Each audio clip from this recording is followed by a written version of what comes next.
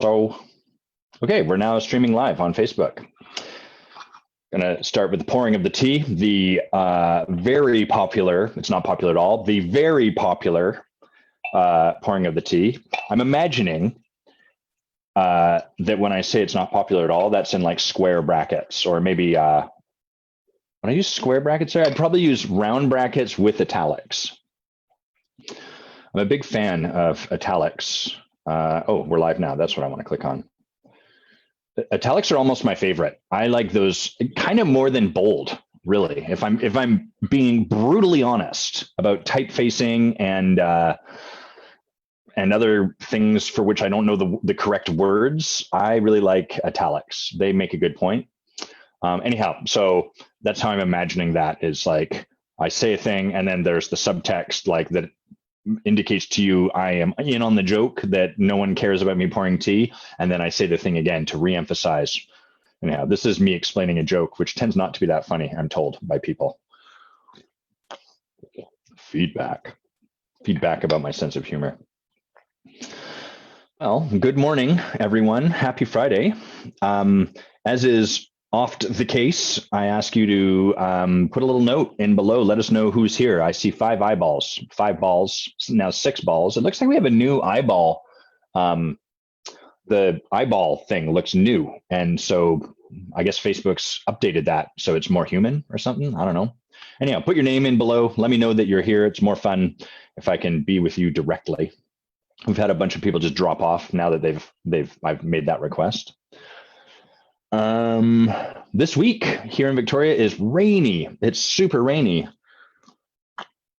And I got to tell you that that's good tea and that the rain is really welcome. We've had all of the smoke from the wildfires in the western states blowing this way. And that's left kind of the air still and muggy and a little, no pun intended, kind of like suffocating is the feeling. You feel just kind of like locked.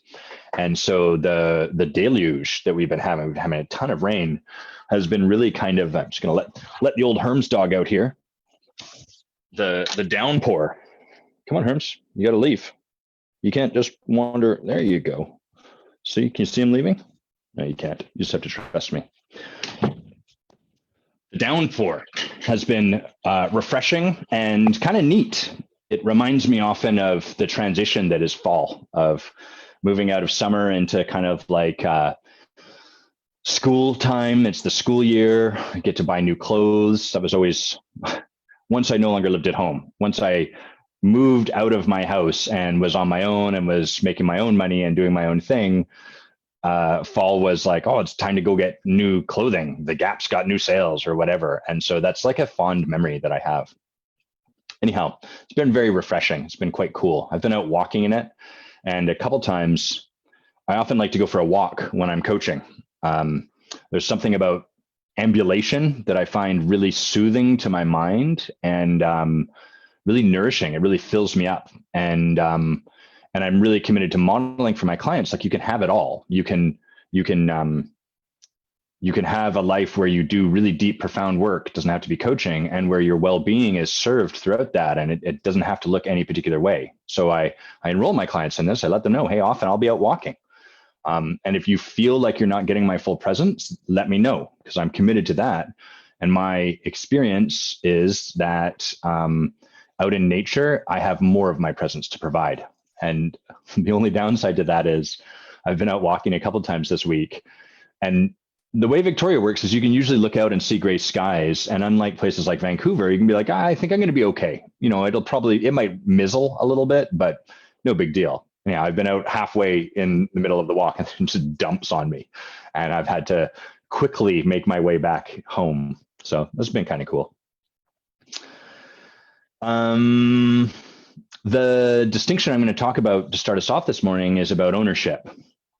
I made a post. I think it's the most popular post I've ever made, as given by the number of people who have shared it. Maybe it's the most shareable post. And the post was, managing other people's feelings is codependence. Being responsible for your impact is leadership. And I noticed some people loved it, were like, hell yeah, as evidenced by the shares. And a bunch of people really came to tell me I was wrong and to explain like they're actually the same thing, or et cetera, et cetera. And so I want to talk a little bit about what it means to be responsible for your impact. What does that mean? And why is that a quality of leadership? And the first thing I'm going to point to is that it's a bit, there is nuance in this. It's never, the power of a distinction is it kind of makes things stark. It makes things one or the other, and it forces you down one of those two paths so you can then distinguish where you are from where you aren't. Even though on some level, if we want to dig far enough down, you could say like, well, are you energy or are you matter? But if you get down low enough into the quantum fabric of reality, it's all the same thing. And so what's the point of distinguishing? And yet there is a benefit, there is a value in making that distinction, even though it breaks down at some level. Just like we could, well, is light wave? Is it a wave function or is it a particle? It's both. But it sometimes makes sense to relate to it as a particle. And other times it makes sense and benefits us to relate to it as a wave. So the point of any distinction like this is not, is this true? And that's where I see some of the comments are kind of, it's not that they're wrong, right? Like they're coming to it saying, well, actually, anytime you manage anything over there, including your impact, because you can't fully be responsible for your impact, that is codependence. And it's not like I can find a place where that is true, but what is getting missed in that is where their focus goes denies them the power that is available through this distinction. It would be like, well, it'd be like me arguing, well, that shade you've picked isn't actually white because white isn't a real color because everything is a shade of gray because blah, blah, blah. And it's like, could you just paint my house the color of white? I asked you to paint it. Like I told you white because that gives you a way of distinguishing it from the other. Just do it. Don't get into that. And so a lot of people get kind of confused in this. They think at the lowest level, or maybe the earliest stage of practice in leadership, we're very focused on other people. What do other people think? And how do I manage that? And that tends to show up one of two ways. One way is we completely manage how we show up so that we don't upset or get taken a certain way. We're managing how other people relate to and experience us. So we might, I don't want to leave people upset, or, I don't want to leave people thinking I'm frivolous, or. So all of our attention is on others. The reciprocal to that, the other way this can show up is we decide, fuck other people. I don't care what they think. So we're actually still focused on what other people think. We're just, the way we're focused on it is in not caring about it. That's where our focus is. So there's still a focus externally, even though it might occur on some level like, oh, wow, that person's totally free from how other people feel. No, they're totally thinking about it. They're just working really hard to not care about it. It's like someone who has been born with a fear about money being very scarce. And so the way they solve that is by making a bunch of money. And on the surface, like, wow, they've solved their scarcity about money. But they haven't, because all they do is think about money. And even though they have buckets of money, they're still trying to, how do I make more money? And how do I invest this money? And oh my God, they haven't overcome that. They're in the same pattern. They've just gone to the other corner of the same box that they're in. And so this is what happens in that first stage of leadership. We're either fixated on managing how other people show up, or fixated on, fuck you, I don't care how you feel about how I show up. And so that's very codependent, that first stage of leadership. And the second stage of leadership is really, it becomes about me. My focus is on me. What is there for me to express? What is authentic for me to express in this moment? And often the transition out of the first to the second stage is kind of like, it can sound like, I'm not going to censor myself anymore. No more am I censoring myself, which is great. That is progress to move out of that first stage. And to that second stage, any time where you're putting your attention back more towards like, what am I creating over there, looks like a return to that first stage. It actually looks like a step backwards. The third stage of leadership is actually where we move beyond a focus on other people, maybe beyond's the wrong word. We transcend a focus on ourselves. So we are no longer asking questions like, what is real? We might still be in the question of what is real for me in this moment, but the guiding light, the place where my focus is what am I committed to? What is it that I'm committed to creating in the world that is greater than myself? That is leadership. Leaders are given their being and their doing by something greater than themselves. Examples you can think of are like Gandhi and having the British peacefully leave India, or Mandela and ending apartheid. These are projects, these are ideals, these are things they are committed to that are simply greater than the sum of one person.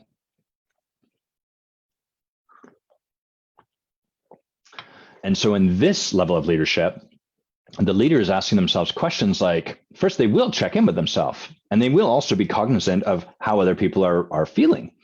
But the way they'll check in with themselves is like, what's real for me right now? I'm mad at this person and I'm upset. And from their upset, it might be like, well, I used to censor this, but now I don't sense. Like the second stage of leadership will be like, it used to be that I'd just hold it in and resent this person. Second stage of leadership is like, I'm mad and I need to tell them that. I'm not going to hold this back any longer. That's toxic. The third stage of leadership would be sort of like, I'm mad. Is it going to serve what we are currently up to for me to express that anger? Or is there something else for me to do that might better serve this moment while still honoring what is there for me? So second stage leadership often gets caught in like, it becomes very linear. There's one way for me to deal with what's here, and that is express it loudly. Third stage leadership provides a lot more spaciousness. I'm angry right now. The consequence of that anger is that I could give this person feedback, but it's going to be filtered through my anger. And that's going to have an impact.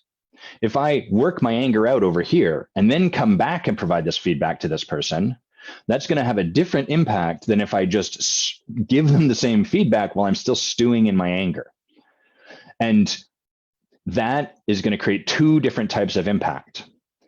You have probably had this experience where someone's like, well, here's a great example. Where you give feedback to someone, they go, can I give you some feedback? And you're a little like, okay, well, I guess fair's fair. But you know that the feedback they're giving you has a flavor of reaction to what you've just given them.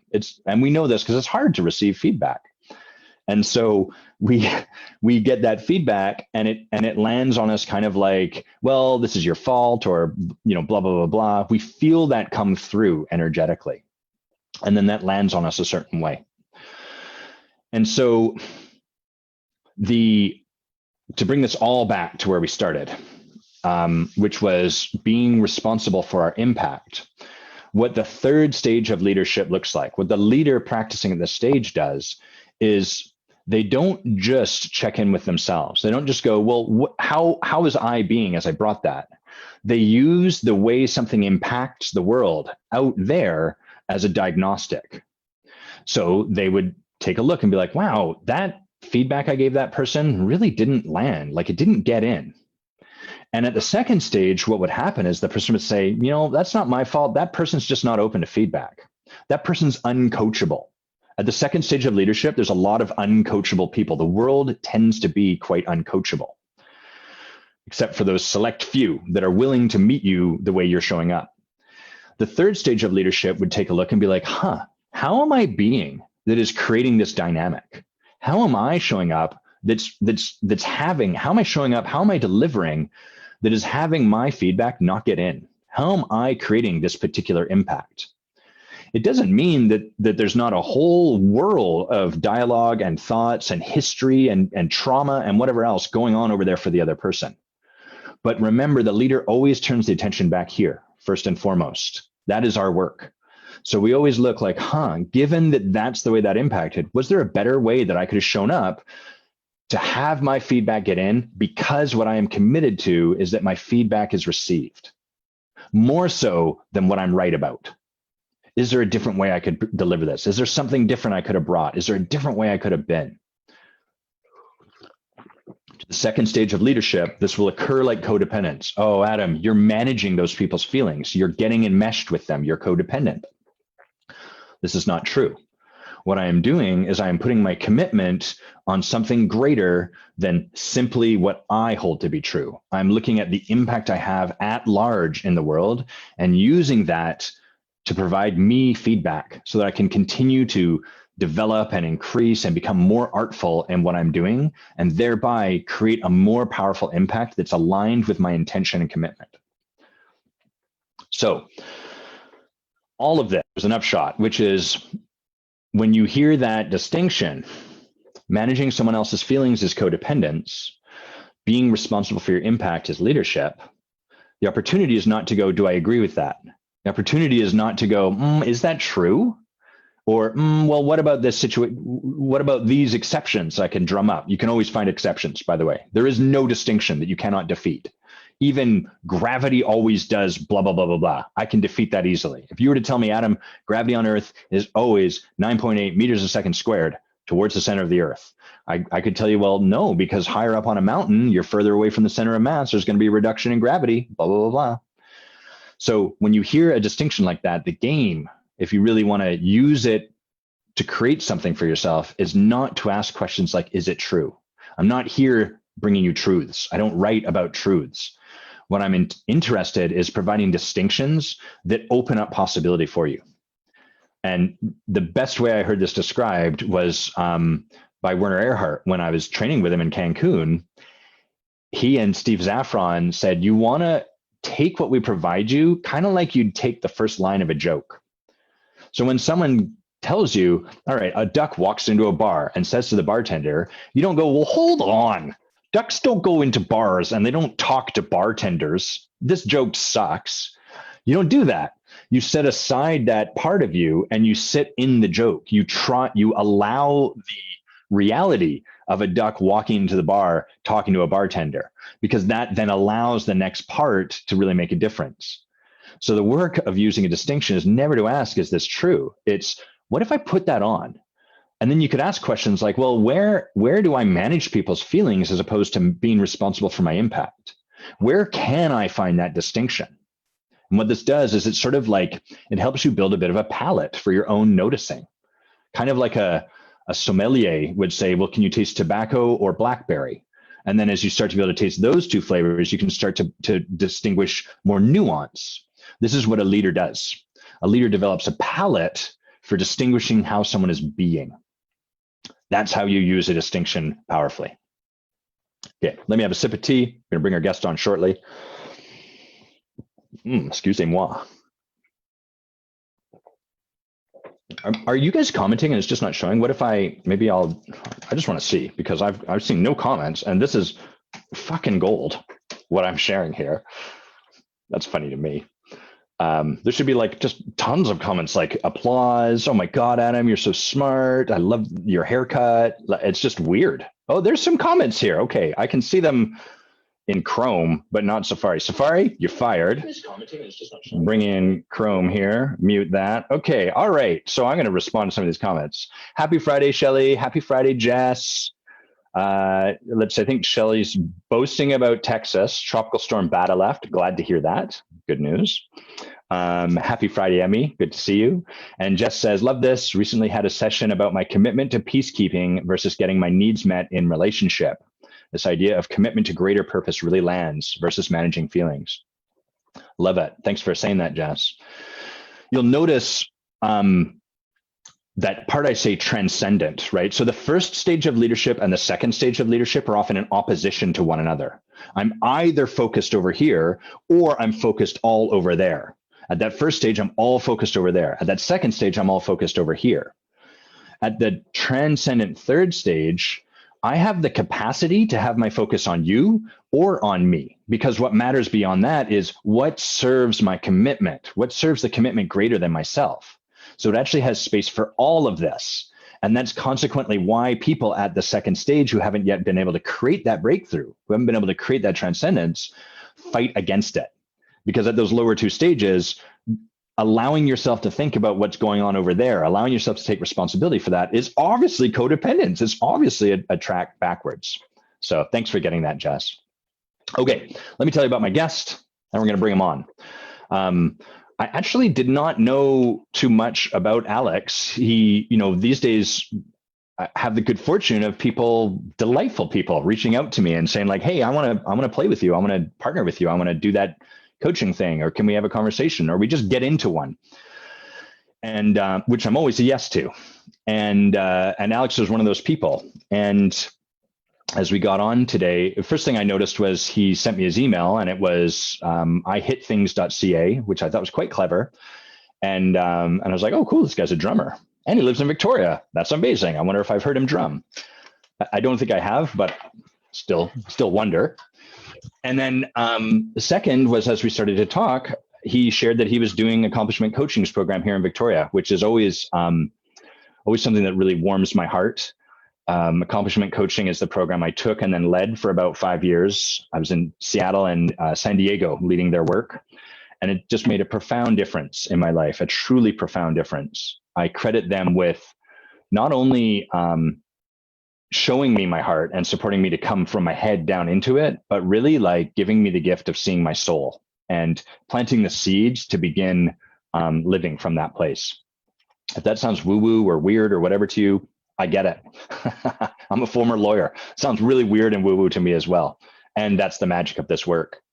So Alex is already in a really deep, high level of reflection. The container he's already in is really quite something. And so it's an honor, it's an excitement to have him here. So Alex, let's get that camera on. Let's get your mic going. Let's do all that stuff. What up, dude? Good morning. Hello. How was it hanging out in the green room? It's a little lonely, but otherwise good. Yeah. That's what I'm aiming for, is create the loneliness, and then you come out here and you're like, oh, I feel so belonging now. This is super cool. Craving that connection. Yeah. Yes. Yeah. Get them desperate. Get them thirsty. I really like your haircut, by the way. I didn't comment on that before we brought you on camera, but that's a very sharp look. Oh, thank you. Yeah. Victory Barber. Oh, cool. I've got a gift certificate that my wife gave me to Victory Barber and Brand. This, for everyone that doesn't live in Victoria, this is the back of their gift certificate. That kind of speaks to how cool these guys are. Yeah. And I called them because she bought me like a beard trim. So this guy was going to teach me how to sculpt it and everything. And nice. I called them and I was like, so I got this gift certificate. Could I have a beard trim? And they said, well, it's awesome that you got it. It's just, we're not really doing that right now because of COVID and putting implements near people's mouths. And I was like, that makes complete sense. And I got to tell you, I'm just relieved because now I can trim this god awful bush I've been growing on my face while I've been waiting to I've been growing it out so that I could go in and they could work with something. And I was like, I don't even care that I can't come in. I'm just relieved I can trim my beard now. So that's my victory story. Nice. Time for the YouTube tutorials. I've done them and I've managed to butcher them pretty effectively. So I somehow following them, it was clean here and then it looked very much like a pharaoh's beard. I did not like it. So this feels better, more manageable. Great look. Love it. Yeah, for a pharaoh. A great look like 3,000 years ago. Yeah, you're bringing it back. It's a cycle, right? They come around. Totally. Yeah, this is a long cycle, but it is a cycle for sure. Alex, what do you want to dive in today on? What are we gonna talk about? Yeah, I would love to take a look at the relationship I have between kind of the helping professions and money and the income they get to make. And my background is as a musician and now working as a life coach. And I kind of see this common thread of when I look at coaches and therapists and musicians and shamans, that I want them to have all the success and make money because the work they do is amazing. And they put lots of time into the training, into the work in themselves to do that kind of work, or into their artistry. Mm-hmm. And at the same time, I think everybody should have access to those things for free. And I don't want people to not be able to access them because they don't have the money. So it's kind of those two things aren't really compatible. And, as a musician and as a life coach, of course I want to make money too. And at the same time, feel like I'm somehow being selfish or denying people access to the goodness of life. Right. Because money is prohibitive. Got it. Okay, so let me make sure I've got this. It's kind of like, well, it sounds like you're noticing there's one of two ways it can seem to be. It predominantly is one way, which is that there's these helping professions, people investing heavily in their own work, et cetera, et cetera. Yeah. And at the same time are not making a lot of money. I don't know if you said that exactly, but it sounds like it's kind of like there's a bit of a scarcity of money, or and part of the reason is, well, you could charge a bunch, but then you're not serving everyone, you're taking away from certain people, or whatever. And so it sounds like there's two ways this can be. You can either charge very little, live on very little, but at least you get to serve everyone, or you can serve whoever. You can charge a lot of money, make a lot of money, but then you're kind of like being a little stingy with your gifts. Yeah. I mean, and I'm aware that some people do make a lot of money in those professions, and I don't see that as wrong. I guess it feels like if I were to do that, then I'm being selfish. I don't necessarily think other coaches or musicians are bad for doing it, but if I do it, then I'm an asshole. Just some of them who we will name shortly. Yeah. Right. Not everyone, just these particular people. Okay, yeah. Got it. Okay. And so it sounds like you want to kind of excavate that a bit, like get into it and maybe create a shift in that sort of way the world is. Is that fair? Totally. Yeah, absolutely. Great. Okay. And I know that you and I were talking before we went live, and I know you'd kind of come out on the other side of a weekend focused on money. That was part of the training you've been going through. So what did you distinguish for yourself in that? What have you already kind of encountered or pulled out? I guess a big one is that my stories and my ideas about money are obviously mine, and that whoever I work with may have completely different ideas about money. So for example, setting your rate lower might actually have someone say no to you, as opposed to if you told the same person that your rate is twice as high or whatever it might be. Yes. So just getting separate between like how I view my life and money is just based on my experience and my family and my previous career and yada yada. Got it. Okay, great. So it sounds like you're clear, like there's a way that money occurs for me, and it's not necessarily the same as how it occurs for everyone else. Yeah. But it sounds like all the same, you're still inside your story about it. Yeah. You've got a bit of freedom from like, okay, not everyone has to have the same one, but I'm still caught in here. Totally. Yeah. Got it. Okay, great. Okay, well, so let's start with let's just draw out a little bit of that, like elaborate a little bit more on how money is, or what, like, so tell me more about that, the truths about the helping professions and money. Yeah, I guess I see, my story is kind of that I see lots of people that would really benefit from from coaching or from therapy, or want to go see their favorite band. Maybe that's a bit of a different category, but I see lots of people who would really benefit, who would put the work into themselves. And if only they had the help, the support, they only had someone who's trained as a coach or therapist or whatever it is, then they'd be able to work through their trauma. Then they'd be able to create the life they want to create. Got it. So is it fair for me to sort of take the corollary of that, which would be like, if they had the support, they wouldn't be where they are? Yeah, totally. Okay. Yeah. Or they'd be able to get out of it, change it. Great. Okay. And how does this tie in with money? I guess I just see lots of examples of people who would take that sort of help, but can't afford it. And I mean, part of this is coming from working as a musician for 10 years, where most musicians I know live on a pretty small budget and income. Right. And, there's a lot of like payment in music that comes in, paid travel, paid food, paid alcohol, paid gear, whatever it is, rather than actually money. So that's also part of where my story comes from. It's weird to ask for lots of money or X amount. What is the threshold? I get that it's weird to ask for X amount. So where does X become X as opposed to like the acceptable amount?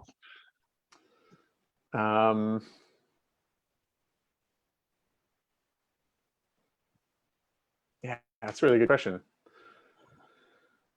Yeah, I mean, I guess, well, like with coaching, it would be, weird for me to ask for more than 600 a month, say, Got it. as I can, 650 madness. 600, that's the place. it's the limit. Yeah. And I know I'm being a little silly, but like it sounds like there is some degree of starkness. Like, and I get like, we could play that game where we're like, what about $1 more? What about $1 more? But that's roughly where the line is. Is that right? Yeah. Yeah. Okay. What's magic about $600 a month? It's slightly more than the industry standard full pay example rate that AC gives. Nice. Which my impression is that is actually not the industry standard rate, but what they offer as kind of the starting point. Sure. Yeah. So it's a little bit more. It's like kind of, here's what we're being invited towards, or here's sort of like the industry standard, whether or not it's true. There's like kind of like, this is what everyone's doing. So I can go a little bit above that. Yeah. I guess it's magical because if I feel comfortable charging that, then I feel like I've made it, or at least onto that first rung or something. Got it. Okay. Yeah. And so what do you imagine, like what would be true about you if you were charging more than that? That I think I'm better than I am. Okay. Yeah. So people charging more than that think they're better than they are? Or is that specific to you? Specific to me, because like working with other people, I'm like, oh, well, they have X number of years of experience, or they've done this training and this training too. Like, therefore they've earned it. Oh, got it. So you have to earn, there's like some flavor of like your rate must be earned on some level. Yeah, definitely. Okay. Yeah. Is that the same for musicians? Yeah.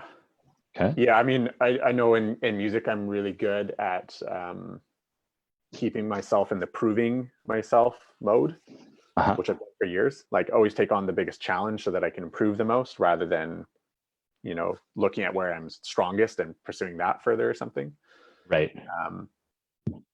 Yeah. So there's maybe a similar mentality here of proving it, or of accepting the higher fee if someone has proven it. They've got more training, more experience, more years. Got it. Yeah. Okay, great. I'm just going to speak to everyone listening, watching right now, and say, like, I don't actually know where we're going. So if you're like, oh, Adam's asking these great questions, I wonder where he's going. Same here. We're at this point really just exploring this with Alex. So there's no agenda I have. There's no sort of, which may be disappointing for him to hear. There's no place I'm trying to get him to. It's more like, let's just start by getting a sense of the reality of money as it exists in Alex's head. So, okay, so there's sort of like, you've got to earn, you must be able to almost like prove, you got to prove or have some kind of earning, some way of having earned the rate you're charging. And if you go beyond that, then you're too big for your britches, you think you're something you're not, et cetera, et cetera. Totally. Yeah. Okay, great. Yeah. And how does this tie in? You said at the start, there was like this piece about, well, if I charge a lot, then it almost sounded like you're denying people something that is rightfully theirs, or some flavor of that. So tell me about that. Yeah. Yeah, I guess. Yeah, it feels like, this whole profession is about helping people. Like, if you're not interested in serving people, why would you get into it in the first place? And it seems like a contradiction to be like, I'm all about being a leader and helping people, but only the ones who can afford me. And I'm only affordable to a select few, in the bigger picture. Yeah. Yeah. How do you feel about doctors that charge a lot of money for something like a brain surgery? They've got the expertise, the endless years of schooling. They're literally, taking someone's life into their hands. So from that point of view, I guess I kind of just assume it's justified. Okay. So there's like a underlying rule that if you're, because the doctors take the Hippocratic Oath, right? Do no harm and serve people, right? And so they're kind of like, in a way, almost, medicine is almost pure service in a way, right? You're for that Sure. other person. And Yeah. but it sounds like there's this baseline rule, which is, well, if you're about serving people, then how could you possibly deny anyone anything? Yeah. And then there's like a way it can be justified that this rule is broken. Yeah. And so how is that justification? What is that like? If you were to formulate that into words, right? The rule, you must serve everyone unless, and then what? Mm.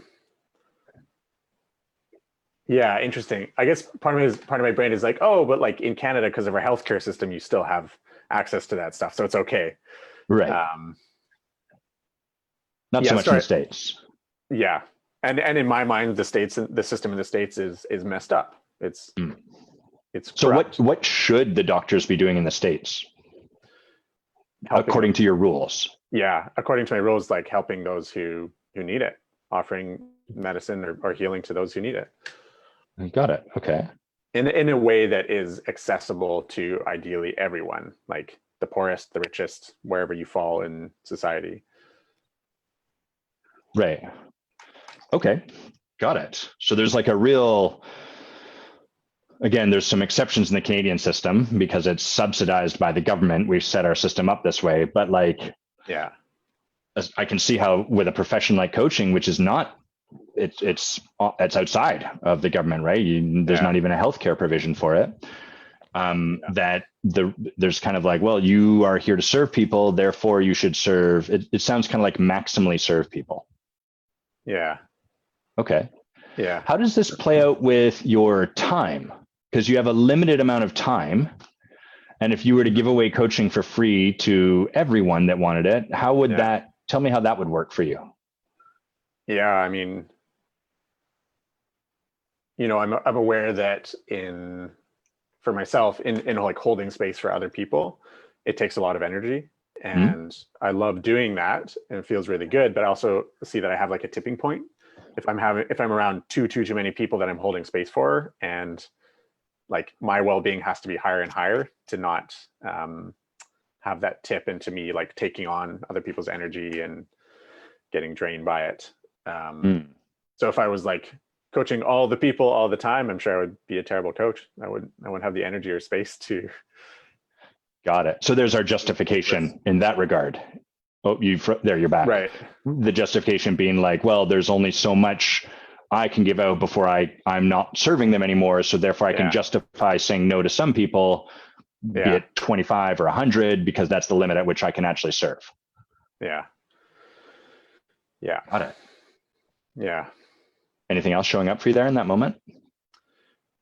Yeah, just there's a similar relationship I had around music, which is that I was kind of always spreading myself thin. Like I would I played in 13 different bands in 1 month, which means I'm learning music for a lot. Memorizing.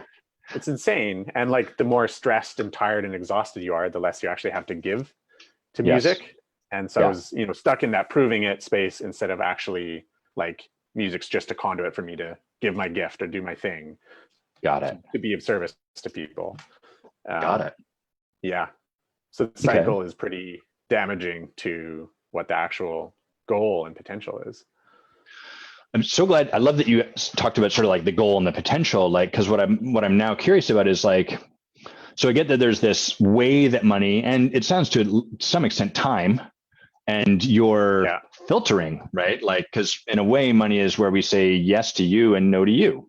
And same with our time, right? We have to, there's an infinite number of people that you could serve in your life, but you are finite in your capacity and time on this planet. And so there has to be some place where you say no. And so it sounds like right now that's dictated by like the limits of your well-being and some rules about money.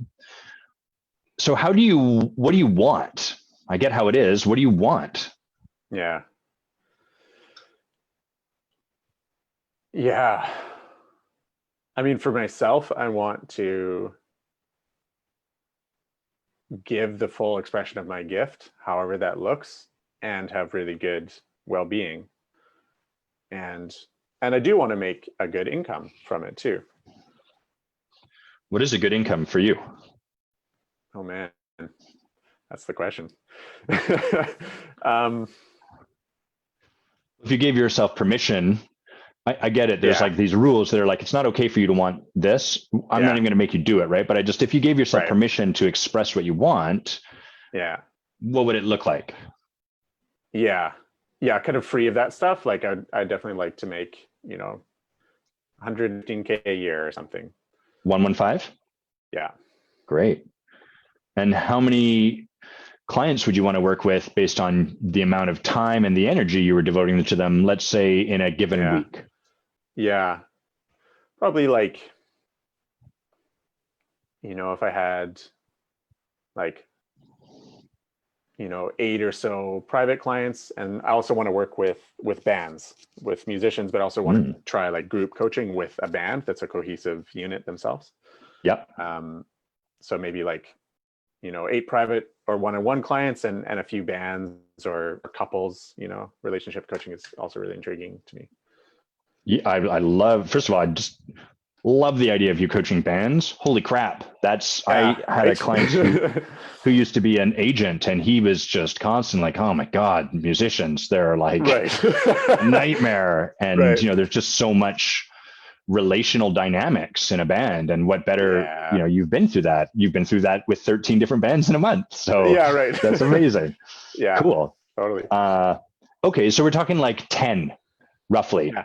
maybe Yeah. 2 conversations. I'm just putting numbers onto a map, really, Sure. but like something along those lines. Okay, great.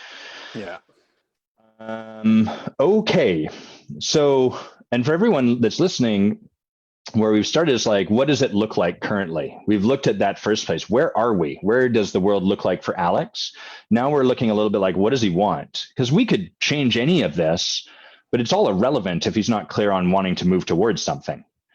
And you could feel a little bit of his, I'm going to call it, Alex, I'm going to call it like hesitance, right? There's a party that's like, well, Yeah. but is it okay for me to want this? And that's Yeah. totally human. Part of the reason that we don't have the lives we want is because we have a resistance to asking for them. And even to like the easiest way to ask for something is just to state it out loud. I want this, to ourselves. So it's totally human. It's beautiful. You're modeling really well here, Alex. Okay. So there's what would be the, hold on, let me just get clear on this.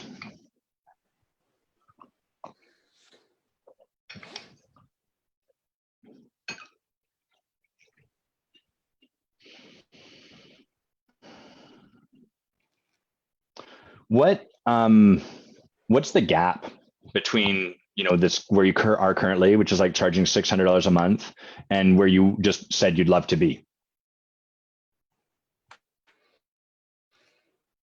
Yeah. I mean, the answer is time and experience. So more training, more clients, more hours.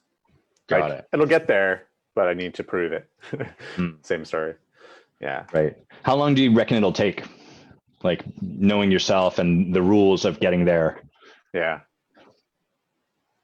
Uh, hmm. Yeah. To get to that 115 number, maybe a few years, few years. Okay, well that's pretty good speed. Has that been your experience with money and time in general? I mean, I feel like I don't have a good reference because music and money is, I'm kind of holding it as like a different world than the way money works in other professions. So I feel like I don't really have a good past reference to ascertain how the future is going to go. The way it went in the past is a function of something different, as opposed to this is coaching, and the story I have about Yeah. money and coaching is different than the story I have about music and money. Yeah, totally. Okay. Yeah. Well, Yeah. that's interesting, Yeah. because like what I heard you say is that there's quite a similarity to them. What's different about them? I guess the industry around it. Hmm. So like what I've seen as examples of the coaches I know, my rough sense of what they make and what their careers are like, and that compared to all the musicians I know and my sense of what they make and what their life is like. Mm. Yeah. So in music, it's the industry. That's the reason it is the way it is. Yeah. Is that right? In coaching, it's what? What is it that's holding you a little bit stuck or in check with money in coaching? In terms of like not asking for more now, just my story that I guess that I haven't, like I'm working towards certification and, you know, on track to do that, but I'm trying to do it congruent with graduation. That's kind of the goal. Mm-hmm. But I guess because I haven't done that yet, it's that same story of like, I haven't proved myself yet. And that piece of paper will be the proof that lets me charge Right. 700. I don't know, whatever the amount is. Yeah. I love that we're talking about like music and coaching as separate, because my experience is that they're actually incredibly similar. I don't know about the stats for they've been updated since the last time I looked at them, but like for a long while, the statistics were something like it was about 80% of the coaching profession made under $10,000 a year. So like that's all the people that call themselves coaches. Right. 80% of those people, their reported earnings were 10K or below. Wow. And probably I would imagine quite a steep fall off. Like I'd imagine there was some at 10K and then a lot more sort of in the 5 and then a lot more in like maybe 1,000 or something like that. Interesting. Now, before you have that mean anything negative, the first coach I ever worked with told me, you know, Adam, you can use that to be like, fuck, I'm going to fail 80% likelihood, or you can hold it like, I only have to compete with 20% of the market. The other 80% is just way off doing something. Yeah. And what do you reckon the numbers would be for the music profession? Yeah, I mean, there's probably a similar 80% earning. I'll say like under 20,000, under 25,000 a year. So they're kind of like around the poverty line. Uh-huh. Yeah.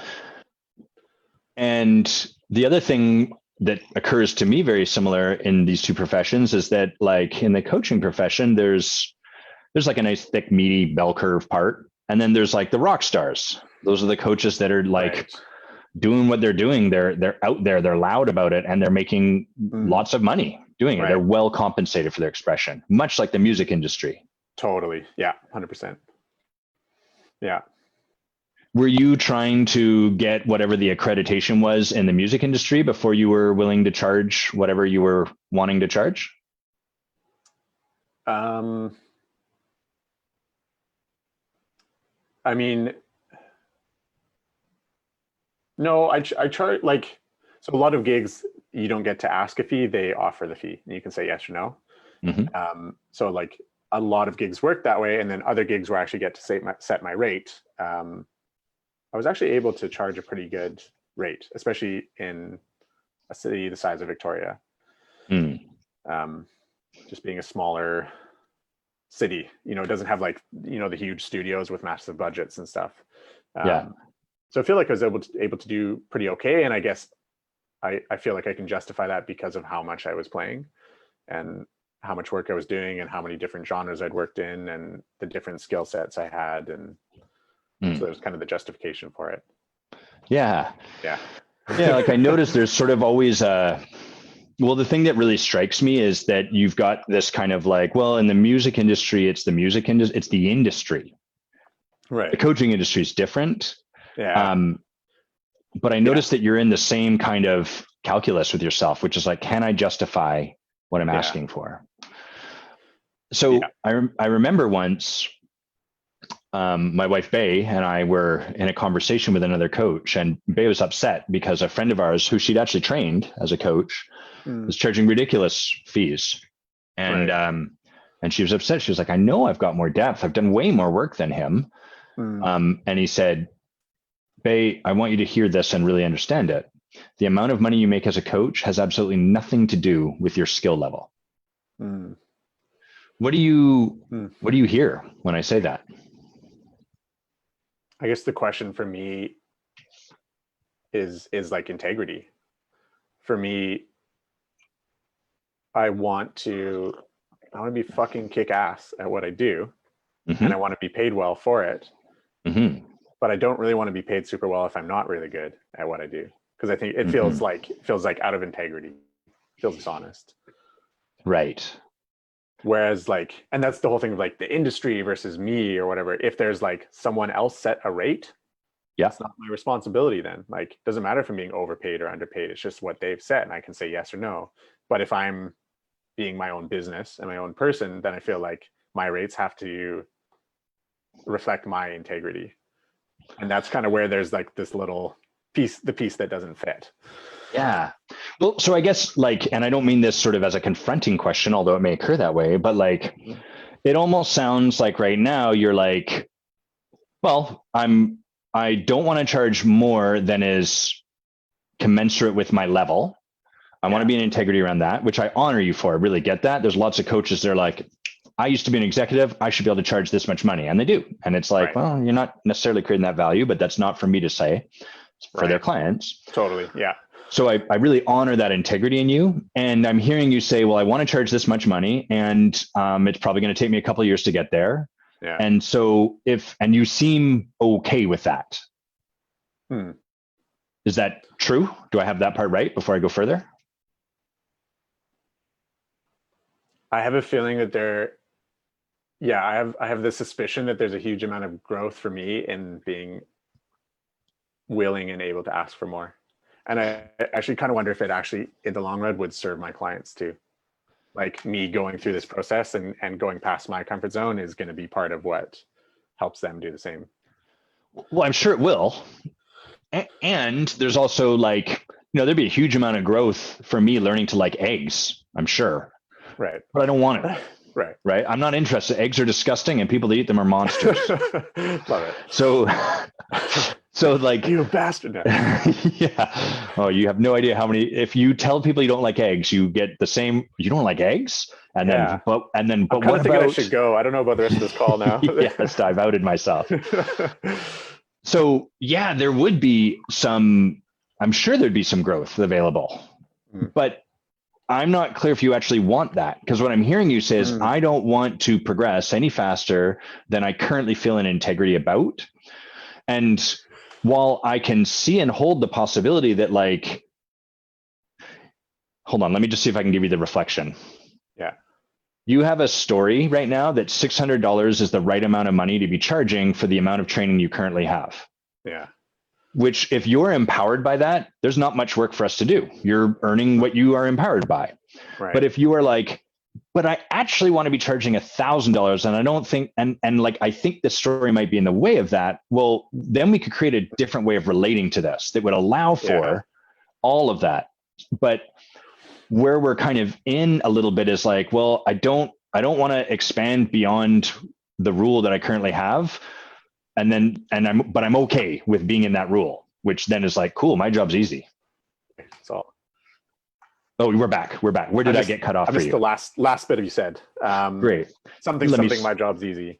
Yeah. So it's like, if you're kind of like, I've got a rule for how things can be, and I'm going to get to where I want to get in a couple of years. And I'm hearing you more or less say like, I'm okay with that. So it's kind of like, here's what I can have given my rules, and I'm okay with it, in which case there's not much for us to do. Right. Got it. That makes my job easy. Right.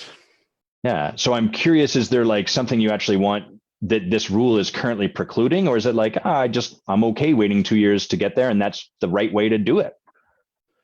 Yeah. I mean, it's interesting. Like, hearing you reflect that makes me realize that, first of all, I have this story that I should charging more. Like, if I'm worth my salt as a coach, I should be able to take the risk of asking for more money. And that, like, part of me is, I think I'm also competing with other people in the program. Like, I can be a pretty competitive person, and part of me is like, oh, you're charging how much? Like, oh, come on, let's go. Yes. And that, like, them, other people like getting X amount or whatever, is like, that's success. Like, they might be a shit coach, who knows? But like, because they did that, like, they've won. It's like getting the A+ on a test or something. Yeah. So interesting to see that. Yeah, I guess what I'm looking for, like, and maybe it is okay. Like, maybe it is okay that like takes a few years to build up, and I build the experience, and I feel an integrity. And maybe that's okay. And I guess I'm curious about, I see I have the story that like I would have to sacrifice integrity to charge more, at least at this point, or, soon or whatever. And that's the part I would like to change, because it's very important to me to stay in integrity, and I want to lean into being willing to ask for more money. Got it. Yeah, that makes sense. So, and currently it sounds like being in integrity means that whatever you were charging is aligned with the rule of whatever you can justify, which is a function of the accreditation and the training and the stuff you've done.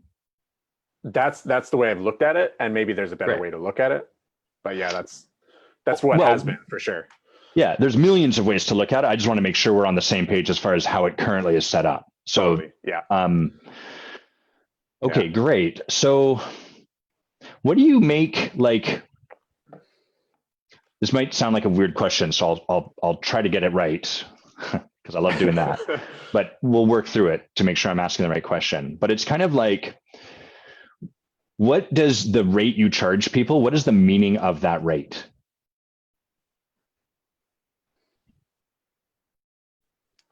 I think it means it's almost like what I'm responsible to help them produce. Okay, great. So it's like a lot about you. Yeah. Great. If there's that much value in it, which is like such an abstract thing. How could you possibly put a dollar sign on the value? But yeah, but you've managed, right, to some extent. Like, I get that it is nebulous, but still, that's helpful. We know sort of like, so the amount you can charge is always a function. It's about you rather than anything else. Yeah. It's a function of, sorry, can you say it again for me? Did you say it's the value I can provide? I think it's like how much value will be created in their life for them. But through working with me, it's like, you're totally right. It's about what my skill set will allow for them, will help them create. Got it. And so it's about how much value can be created by them, which is a function of what? Them and me together. Right. Well, like do you adjust your rate based on like, this person's a lunkhead, $100 rate, because you're not going to go as far, or is that the case? No, I mean, I would like my rate to just be my rate. Yeah. Okay, got it. So what determines how much value can be created, which is what your rate is about?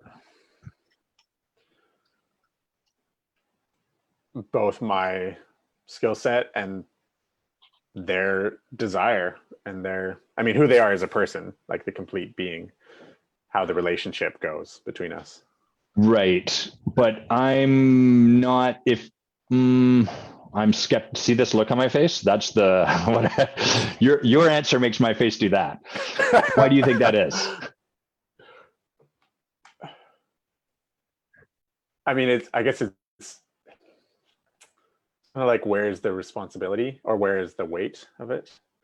Do you think that's what has my face doing that? I'm wondering what has your face do that. Yeah, cool. Well, I think it is that, like, I hear you say, oh, the rate is about me. Mm-hmm. The rate, what my rate means is how much value is going to get created.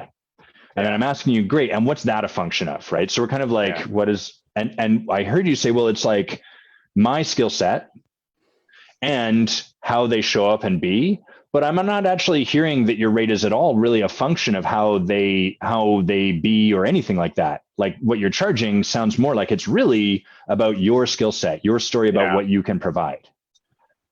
Yeah. Okay. And how do you determine your skill set? Like, what are the sort of variables you look at to determine what's my skill set, therefore what is the rate I can charge? The place I most want to go is previous experience. Excuse me. Okay. That's in music. That's what gives me more confidence to charge more, is that, like, cool, I've done this thing a dozen times, or I've done similar things with other people and it went well. Got it. And I do have some of that in coaching.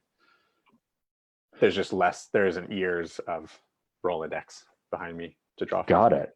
Yeah. So it's like a quantity thing a little bit, like some evidence, some number of years, whatever. Yeah. Okay, great. Proven results. Yeah.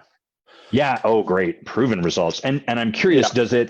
if this is like a, a line going up, does it sort of Yeah. like drop down when things go bad? Does that like degrade the amount you can charge for a temporary period and then you got to work your way back up?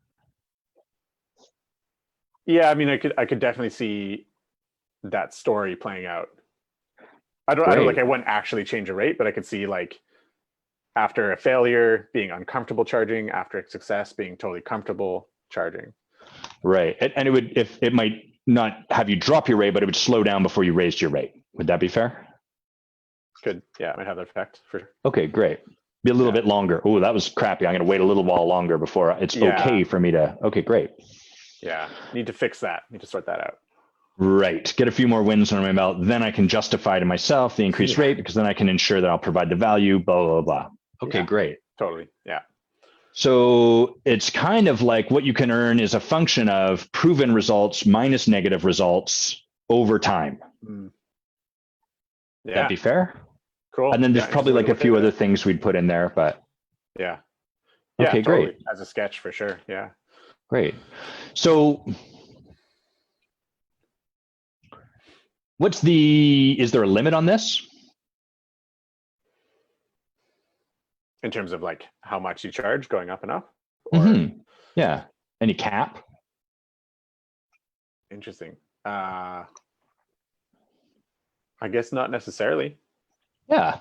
I'm present to that too. It's just like, well, your lifespan, right, would be the main limit. Yeah. But it's kind of like we've got, let me just draw a little graph. It sounds a lot like your earning is a function of money over time. You can earn more money as time goes on. And plus how it goes during that time. If it goes good, then maybe this moves up a little bit. And if it goes bad, it might go a little slower. Right. But by and large, this is the trend. Yeah. And so the nice thing about this is its potential is infinite, right? Like if you want to make more money, you just got to wait longer. And after enough time, you'll get there. Yeah.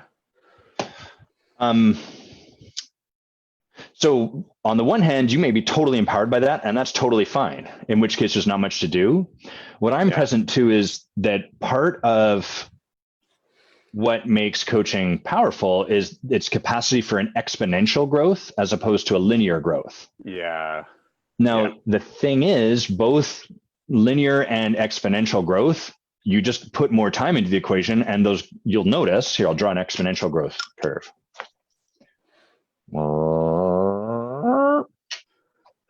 So you'll notice that for both, this is exponential for everyone watching, that for both of these, if we just increase time, you're going up either way. The difference is your velocity as well as your acceleration. Yeah. So an exponential growth, you pick up tempo as you're going forward, whereas a linear, you don't. You're at the same tempo and it's just a matter of time. Does that make sense so far? You see how I put in a musician term there? I like that. Yeah, it was a nice little, stick that one in. So where does this leave you? Yeah, it makes me curious about exponential growth. I realize that there's a bit of a should, like if I'm practicing, if I'm walking the talk of being a coach, that I should be experiencing exponential growth in my life, which definitely I am. And money is an area that I have more resistance around having exponential growth in. Totally. And so like, let me just look at it from a really small place. Like, what would be the next price increase that you will likely make?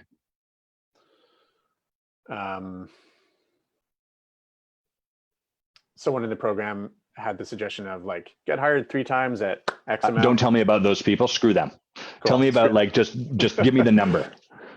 Yeah, probably adding $50 or $100. Great. So 650 or 700. Yeah. Okay. Awesome.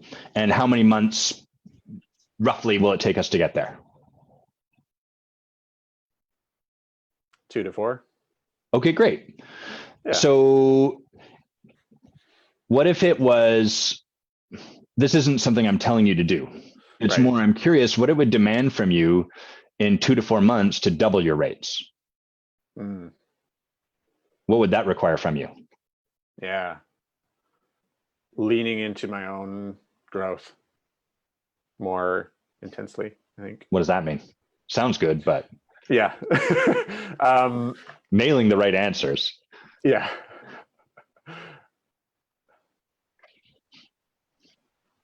I think just seeing more drastic shifts in my own being, like the breakdowns and breakthroughs, kind of going to a new gradient, like upping the gradient of my own processing. What would it take? Well, I want to check. It sounds kind of like you're like, well, I'd need to create more credibility, or I'd need to like break through even more or do something like that. Yeah. Is that right? Yeah. Yeah. So it's kind of like in order for you to double, you'd have to like compress the time correspondingly. Totally. Okay, great. So can you see you're still in like the linear game of it? Yeah. Yeah, totally. The relationship is totally there. Yeah. So I want to honor our time because we're starting to come to the end of this. And, Sure. I get it. It's like, but we're not, well, maybe you have this. This is a little bit like, but we haven't solved it. And that's okay, right? We're just sort of peeling back layers. A lot of this is a ongoing conversation rather than a one and done. Totally. Yeah. So I want to share with you, first what I hear your context about your rates are, and then I want to share mine, not because they're better, but because my context for rates provides me access to a different way for them to go. Yeah. But it's not that my context is the right one. It's about you creating a context. And the only reason you would do so is if you wanted to create something other than, the increase in rates you're already reliable for. 2 to 4 months, we're going to see you charging more money. Yeah. And I remember I was probably in very similar place that you are in the program, I think doing the exact same thing. Right. So it's like zero judgment, zero what you should or shouldn't do or any of that. Got it. Yeah. Thanks. So I hear your context about rates is it's kind of like a function of your experience, your like learning, the breakthroughs you created, and ultimately a function of time. And if there's like sort of like a rate at which they will increase. And if you're doing your work, that's just, you're reliable for it, which is awesome because a lot of coaches will just stay where they are forever. So the good news is you're on a growth curve. That's cool. Right. And inside that context, the only way to do something like double your rates in the next 2 to 4 months, the only way that could be possible is to double your experience, whatever, or put differently, compress the time. Yeah. Do twice as much in half the time, double the rates. Right. I will do it. Yeah. And so that's kind of the limits of possibility inside this story about rates. What rates mean, et cetera, et cetera. And to be clear, we could broaden this out and talk about money as more of a general thing, but we've kind of zeroed in on rates as a specific place. Yeah. So I noticed that the rates you charge are all about you, not a lot. You said that they're a bit about like how much value can be created by the client, but really it sounds much more like it's really about what you yourself can justify charging people to work with you. Yeah. So the way I relate to my rates are that they're a function or a measure of what the client is committed to in their life. They have nothing to do with my value. And if the clients are like, I'm going to get $50,000 out of talking to Adam, like he is worth that much money, I'm pretty quick to tell them, guess what? I'm not. If you were thinking like you're going to have a $50,000 experience from talking to me, you're probably going to be disappointed.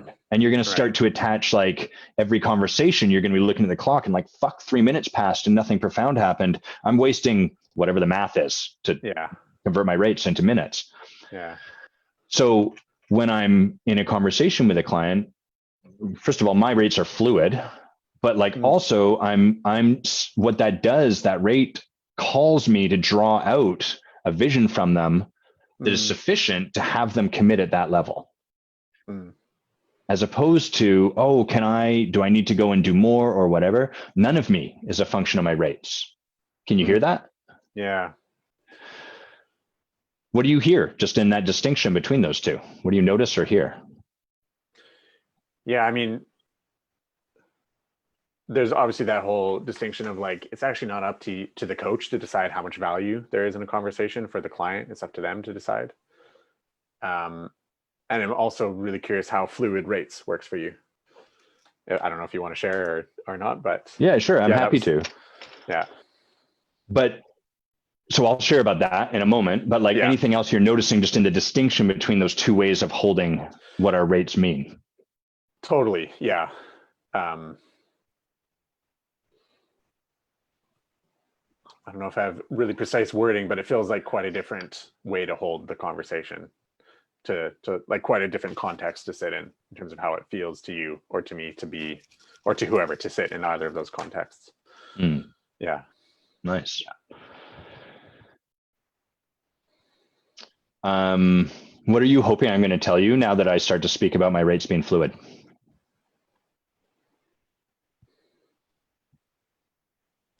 I guess I'm curious to see another model of how it can go, and maybe either draw some inspiration or maybe model my practice after that, or who knows.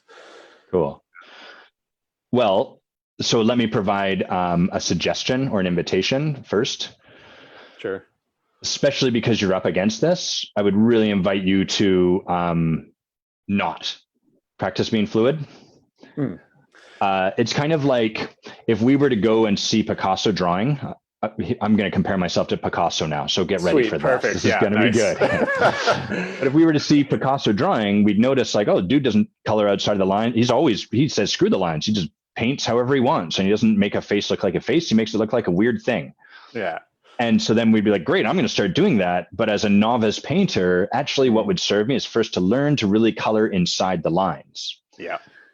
I want to be clear. This is not to suggest that you don't go towards an exponential kind of goal if that is what your heart desires to create, right? So there's no should in this, right? It's just, you can still go towards creating an exponential goal.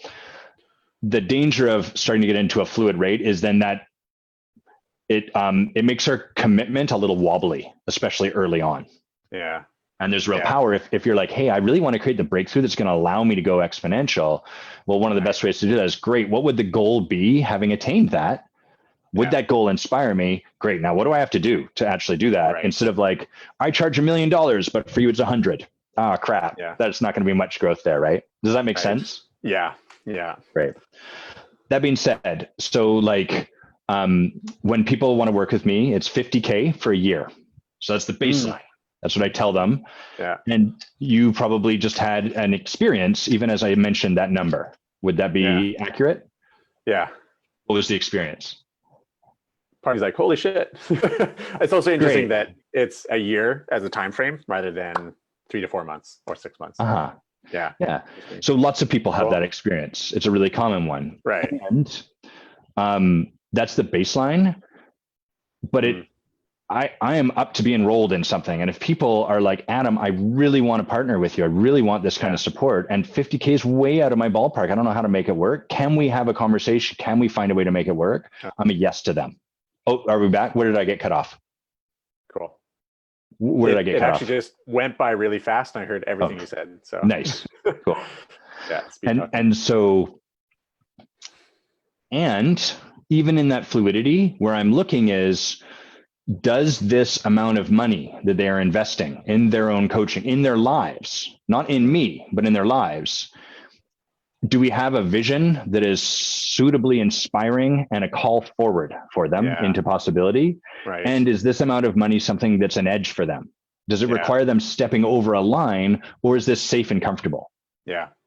You can charge $50,000 to Warren Buffett. He'll piss that away. That's not an amount of money that's going to have a difference for him.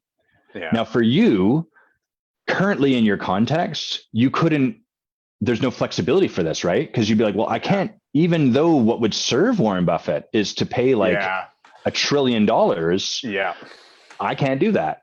And so my intention is just to show a bit of the limitation in the current context. Totally. Yeah, definitely hear that. Yeah. Where are we leaving you, Alex?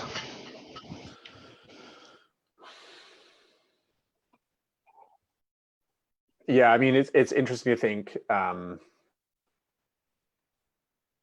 to frame it through the lens of like what level of desire is around the transformation, around the change, and economic position aside, like I would love to work with people who want to make huge shifts and do incredible things rather than just like tweak where their life's at a little bit for a couple of months. Yeah. And that, independent of training and proof and stuff, creates a totally different conversation about like, why get into this? Why bother? Why have these conversations every week? Why get uncomfortable and look at the places you maybe don't want to? Those are such beautiful questions, right? To ask a client. Yeah. Really potent. Yeah. What do you see might serve you to practice coming out of our conversation today? Yeah, I can see. Yeah, really in the initial meeting with like a client, a potential client, of like really exploring what the big picture drive, like what they're yearning for. What's the thing? And is it worth investing in? Is it worth whatever amount of money? Is it worth, you use the word edge, like is it worth pushing into their edge? Nice. And that could totally change how the conversation goes. Yeah. Yeah. So really exploring possibility. Yeah. With them, it sounds like. Is that right? Totally. Yeah. Nice. Yeah. Great. I love that. Here's one that I think might serve you, is to be in a bit of a conversation with yourself. Like ask yourself, you're a pretty smart guy. You've got a lot of brilliance, which I love. And what brilliance tends to do is like, what's the right answer? And so this is actually like an exercise in coming into your heart, which would be, what is the amount of money? Like, what is if you think of money like a commitment this person's making, what's the amount of money or the kind of commitment that would call this person forward into their life? Yeah. You don't have to charge that. You don't have to say any number differently. I'm just going to invite you to practice like checking in with your heart, and your heart, if you're willing to quiet the mind, will have an answer. And you'll be like, what, but why is that? Or is it really? Or all of your head is going to grab it and like try to fiddle with it. We're just sort of having you practice hearing that part of you that is like, I really feel like the call forward for this person is going to be 2K or 600, or actually it's 100 for this person.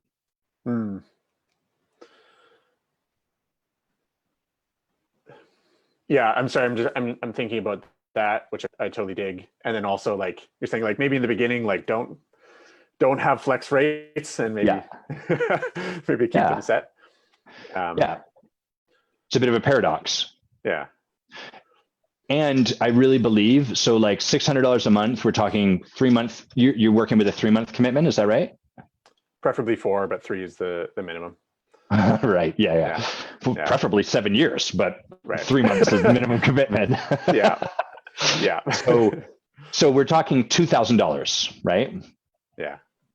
I would say that almost anyone in North America, and every rule falls apart. There's exceptions to everything, but by and large, people can create $2,000.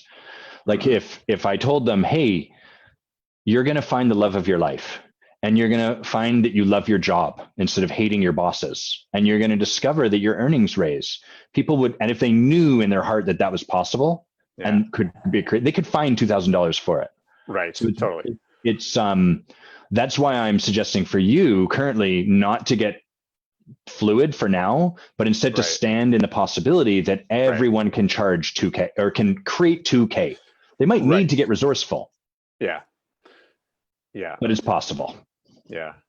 My only like hang up on that is like promises, that because like I don't know what the results are going to be, and I don't know if you feel the same way, that like you don't really know what your client's results will be. You know what they're looking at, but like there's like a hang up on making any sort of guarantee.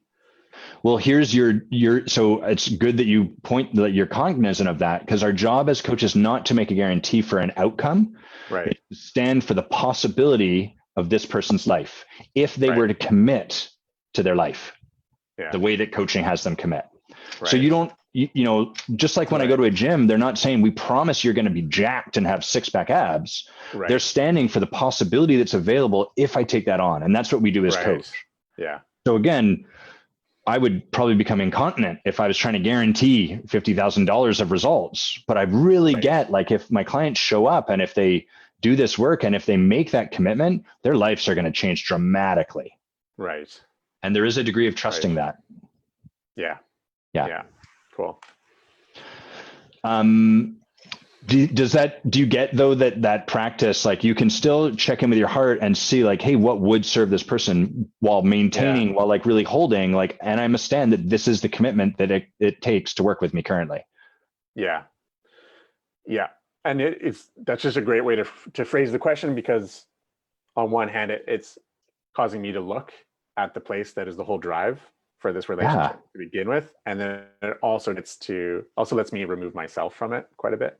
Yes. Which is like really nice and really helpful in this dynamic. Yeah.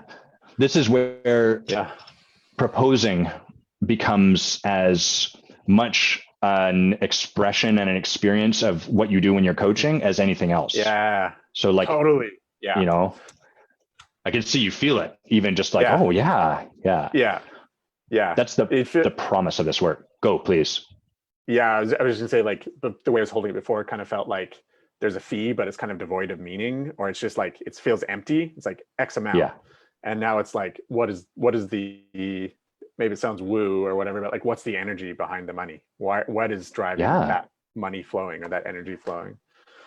Yeah. And from there, the proposal becomes reverential. It becomes like sacred. It's like, here is where you're first going to be confronted. You say you want this stuff in your life. Here's the first hurdle. And I'm here to help you get over it. I'm not going to convince you or make you, but if you want my support to overcome this hurdle, we can do it even before you've hired me. So it starts to become this beautiful, sacred opportunity to support a client before you're even in the game with them, which is amazing. The soul of money. Yes, exactly. Well said. Cool. Anything else to have this conversation be complete for you today before we wind down? Yeah, I think it's feeling good, and got some places to look moving forward, which is great. Yeah, thank you so much. Cool. Nice. You're welcome. I'd love to acknowledge you. Is that all right? Yeah. Cool. You have some practice being acknowledged at this point, but Alex, I really acknowledge your integrity. I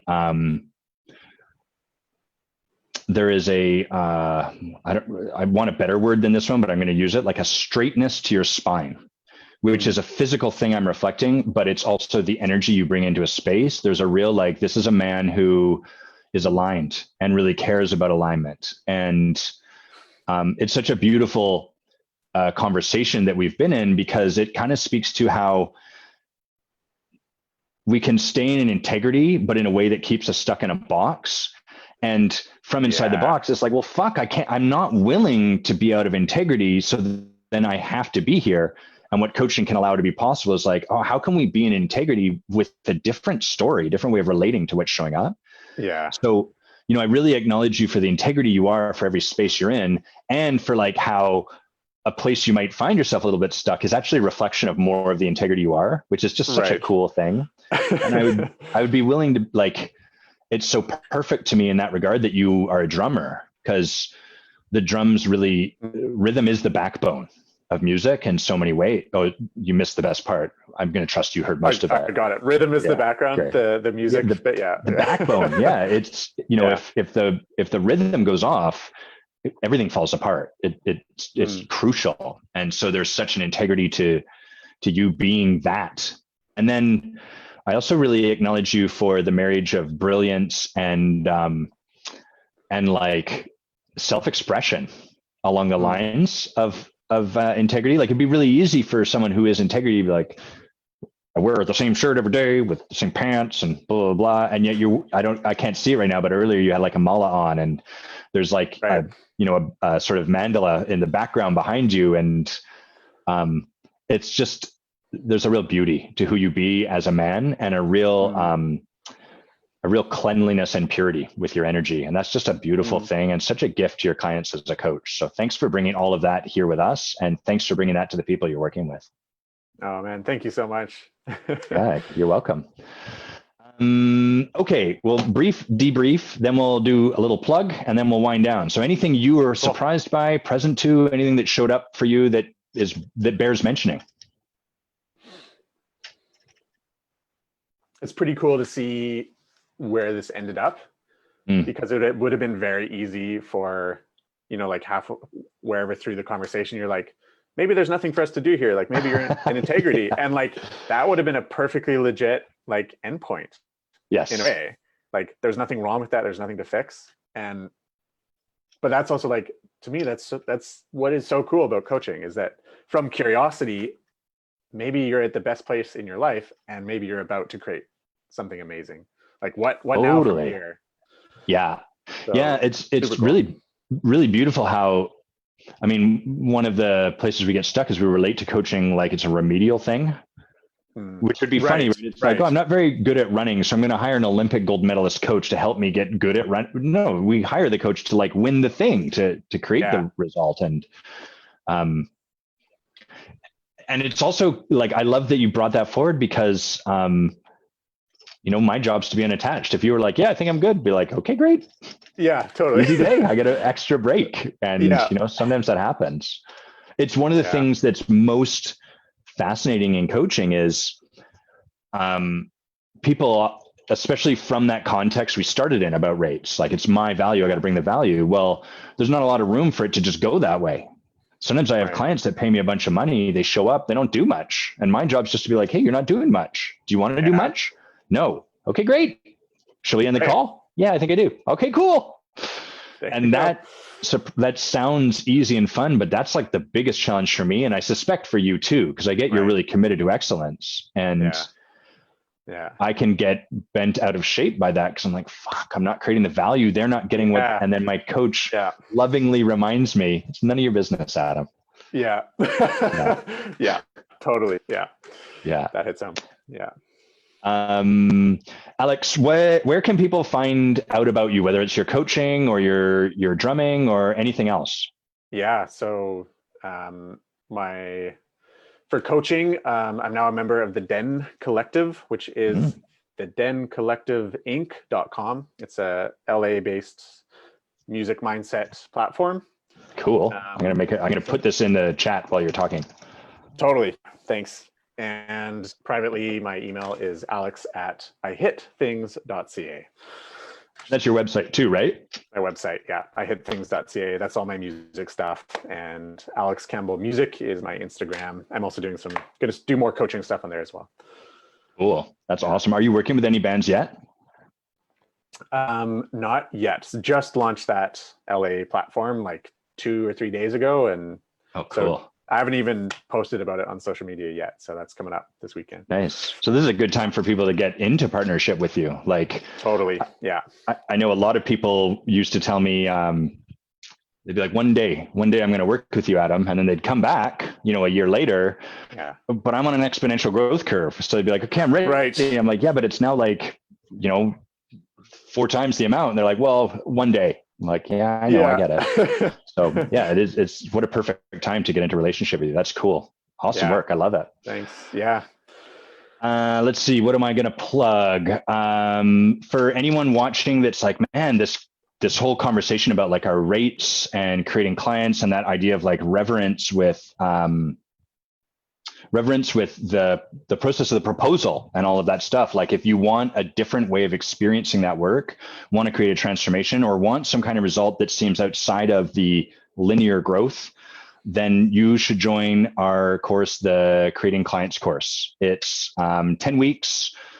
It's a combination of videos and live calls. And we haven't even started yet, and we're blowing the roof off of that group. Everyone's really active, and so am I. So there's a lot of content that gets created.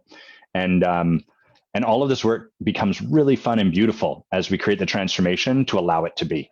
So it doesn't have to be creating funnels and finding some way to shove people through the door, or I don't know, whatever your experience is.